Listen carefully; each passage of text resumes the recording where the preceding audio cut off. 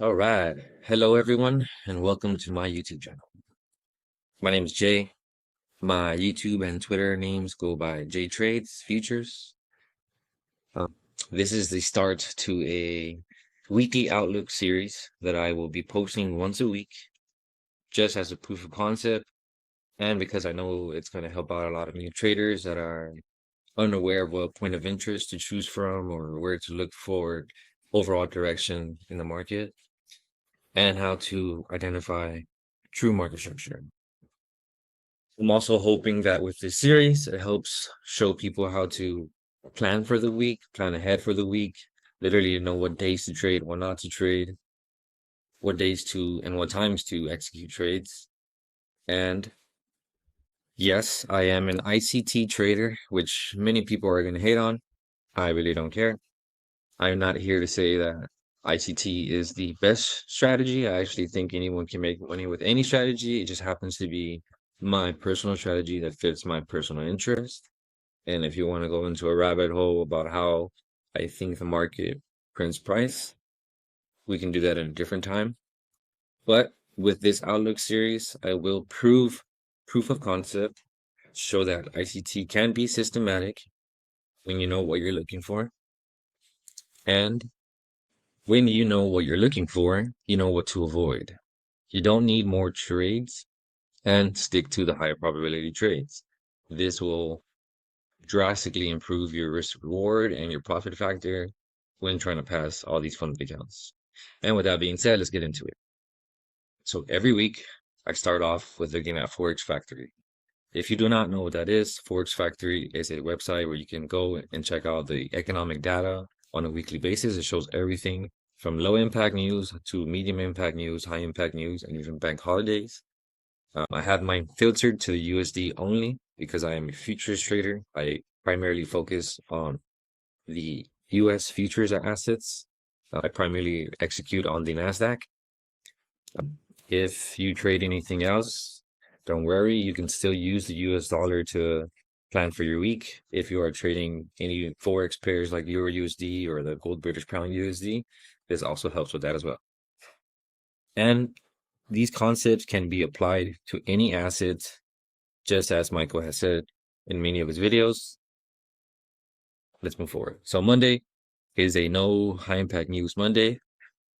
With that being said, you can look at this. The protocol for Monday would be wait for 9:30 open to show you direction and go on from there. Tuesday, we have high impact news, JOLTS job openings at 7 a.m.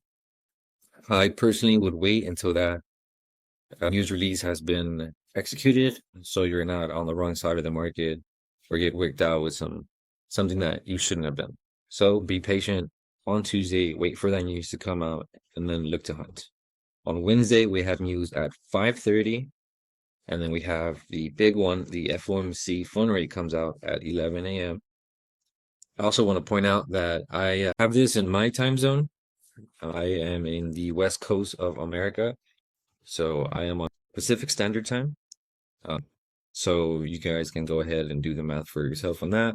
But in my time, it's 11 a.m. In New York, it's 3 hours ahead. And this news event is the big one that we're going to be waiting for all week long. More than likely, the Feds will lower interest rates and we'll be able to see some sort of expansion due to that news event. Again, for FOMC protocol, we avoid the morning session and focus on the afternoon session if you're going to take any trades. If PM session is not your session and it doesn't align with your time of interest, if it doesn't align with your lifestyle, don't even look and wait for the next day. On Thursday, we have unemployment claims at 5:30. I personally will wait for that news event to come out as well. The earliest I will look to execute a trade will be at 8:45 a.m. New York local standard time, or waiting again for the 9:30 open to print. With that being said, let's move on to the charts. Okay, so here we have the E-mini Nasdaq December 2025 contract. So I will only be showing the outlooks through the lens of the Nasdaq December contract for this specific video. But again, everything can be applied to ES as well. I will be mentioning certain points of interest on the Nasdaq that you can also look in the same time frame in the same area for the ES or the YM. With that being said, let's get into it. So on the higher time frame, I am currently bullish on the market until proven otherwise. At the current moment, my draws are higher, the first draw being the previous weekly high. And then we have this SIBI on the daily. Let's remove everything for a sec to make that easier.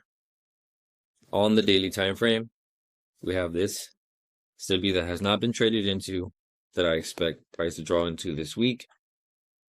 That is why I have my first draw being previous weekly high and really just the low of this imbalance. Once we reach that, if price does want to continue higher, we have the high to aim for, the consequent encouragement of this SIBI, but I have the high noted because I prefer that one. And then I want to point out a volume imbalance that was created on October 29th, Wednesday, 2025, and through Thursday, October 30th. That volume imbalance to me, there is no body fills on that, so it's still inefficient, and the market will likely draw to that until we see a higher time frame S&T and CZ followed by that. At the current moment, we do have multiple SMCs. We have monthly here with the YM, we have weekly, daily, we have plenty of SMT at the highs, but until we have a CSD on the higher time frame, which in my opinion is this low, and I will show why later on in this video. And until we displace below that level, I will see any pullback as manipulation or what we consider as price distortion to form a left side of the curve to continue higher. So every retracement until we invalidate this level is a new market maker by model forming. And you need to let those form and only try to put yourself in the same direction as the higher time frame. Avoiding shorts is going to help you. I know there are going to be plenty of people that are going to see this and say that, there's plenty of opportunities to go long and short. Yes, that is true. And I will even show examples of myself and other people that are in the market maker school that have taken longs and shorts from the points of interest that I give in this video. Yes, that is possible, but until you are able to be consistently profitable or have a consistent protocol that you follow, you should stick to these basic rules. And I promise you, you're going to feel a lot better doing so. With that being said, let's go into the 4-hour time frame to break this down even further and explain why I chose these areas. We currently have S&T at these lows, which is causing this expansion higher. The weekly is opening at the current moment. We have created a very small new week opening gap. Now let's break it down even further. All right, so now looking at this closer, zooming in, we can see that there's an inversion fair value gap here on the 4-hour and on the 1-hour. When we zoom in a little bit more on the 1-hour, you'll be able to see why I chose this specific area and the specific area up here. So here we have S&T between ES and YM. Preferably, I like to see S&T with ES and Nasdaq because they are more highly correlated with each other. So the fact that we have ES, S&T here, and the body's respecting this area perfectly, and then reaching this area here, I'm taking this as the last call for Nasdaq. And these are my points of interest for the week, meaning we can take longs from here. And then once we displace above this area, we can start looking for longs in this area to continue higher. Or there can be shorts from this area to target a discount PD rate, which can be found here, which is an equilibrium between these two price points that we have here. As you see, I can take out the measuring ruler. And this, well, partially of this fair value gap is at a discount. So we can go back and forth in these two areas. And until we invalidate this area this specific level here. Now you see why. To the SMT, every retracement, in my opinion, is manipulation to just continue higher. On the 4-hour, you can see that the higher point of that daily SIBI also is a CSD that has not been traded back into, which also produced a SIBI on the 4-hour time frame. Now let's go to the 1-hour so you can see that order block even nicer.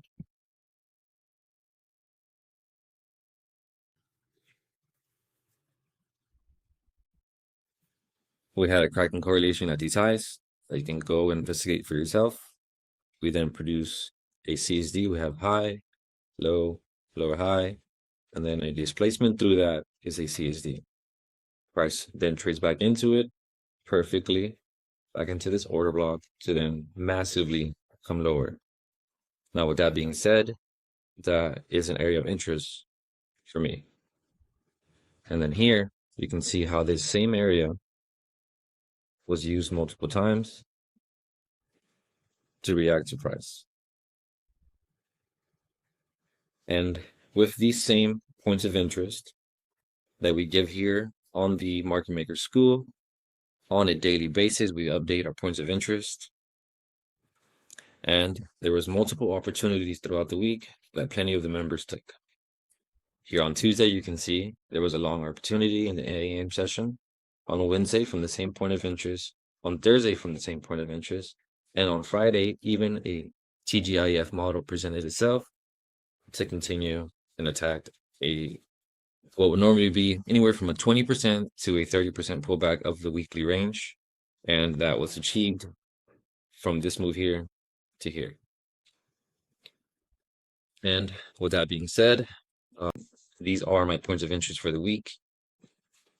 Let me go ahead and give a scenario how something can play out.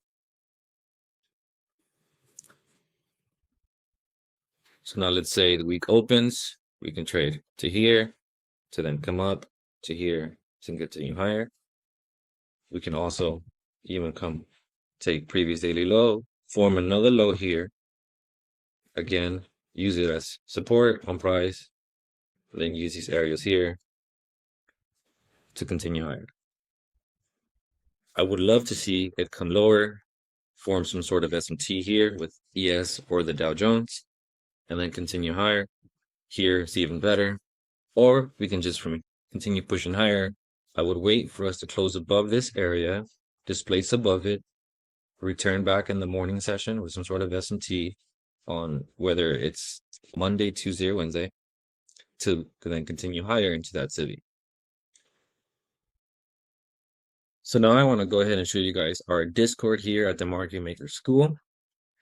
Here's an example on December 3rd, where I gave a outlook for the week. And I'm going to go ahead and click on that image. Here you can see these are the same points of interest that I just showed you here. And what I was expecting, here you can see I said we can either return to this zone here or these zones here to then continue higher. And then I gave scenarios for the two. I said I have two scenarios. I said the pink shaded area is a clean market structure shift on the 1-hour time frame that is clearly acting as support or resistance on price. I would favor a low to manipulate into this area to draw high towards the order block noted in green. Once displacing above the order block, that would become a future breaker to support price, drawing even higher into the daily CB noted for their drawn liquidity. Now, we did not reach the daily CB, but multiple opportunities presented themselves from these two areas of interest. Here, I clearly say that we are in a buy program, and I also tell people that they don't need to take more trades, they just need to take better trades until they have proven to themselves that they can take negative models. And as you guys can see, if we go back to the chart, on that day, which was Wednesday, December 3rd, price does come back into this area, creates SMT at these lows. This was the SMT that was noted on the 4-hour. But the SMT indicator that we have filters out the S&T and shows the more recent one, depending on the time frame that you are on, which is very lovely, or the more prominent ones. Now, price does come back to this area, forms lows multiple times throughout the week, which you could have easily taken from there. And when you are a member of the Market Maker School on a daily basis, we are updating those points of interest. We are updating what we see on price based on what price is doing. And we even say where we want to enter from and exit from. So if you want to look over our shoulders here at the Market Maker School, feel free to click on the link in my descriptions, link in the bio. I would add them to the bottom of this video as well. And I hope everyone has a good week trading. And with that being said, let's go back to the Discord to check out institutions to show proof of concept. And this is all free on our Discord that you can see. We have free outlooks. We have daily reviews where you can see people taking trades from this point of interest that we give. And here I want to show proof that even I myself take trades from the points of interest given here.